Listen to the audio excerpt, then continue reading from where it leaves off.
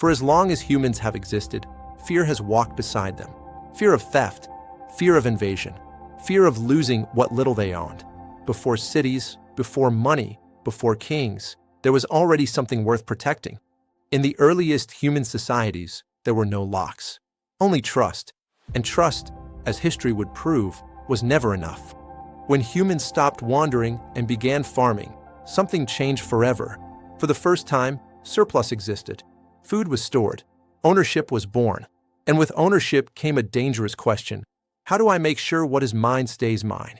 The answer emerged in Mesopotamia, the land between two rivers, the birthplace of cities, writing, and the lock.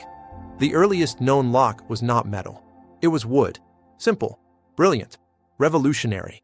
This ancient pin lock worked using gravity. Wooden pins fell into holes, blocking the door. Only a correctly shaped wooden key could lift the pins and allow entry. For the first time in history, access was controlled by knowledge, not strength. Locks changed human society in silence.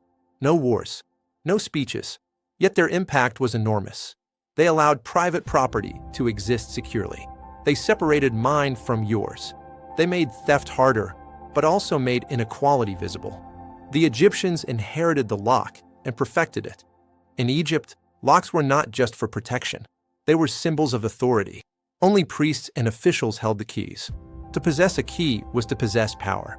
Even the dead were locked away, not to keep them in, but to keep the living out. Locks created invisible borders. Those who owned locks had something worth stealing. Those who didn't did not. Security became a privilege. The Greeks introduced metal into locks. Bronze, iron. Keys became smaller, stronger, more precise. Locks were no longer crude devices. They became engineering tools. The Romans transformed locks into everyday objects. Roman locks were compact, portable, and complex. For the first time, people locked boxes, not just doors. Keys became fashion, status, identity. Locks changed how humans felt. Behind a locked door, one could feel safe, or powerful, or secretive. The lock was no longer just a tool. It was psychological armor. As Rome fell, knowledge fragmented. Lockmaking survived, but innovation slowed. The medieval world was violent and uncertain, and locks became essential.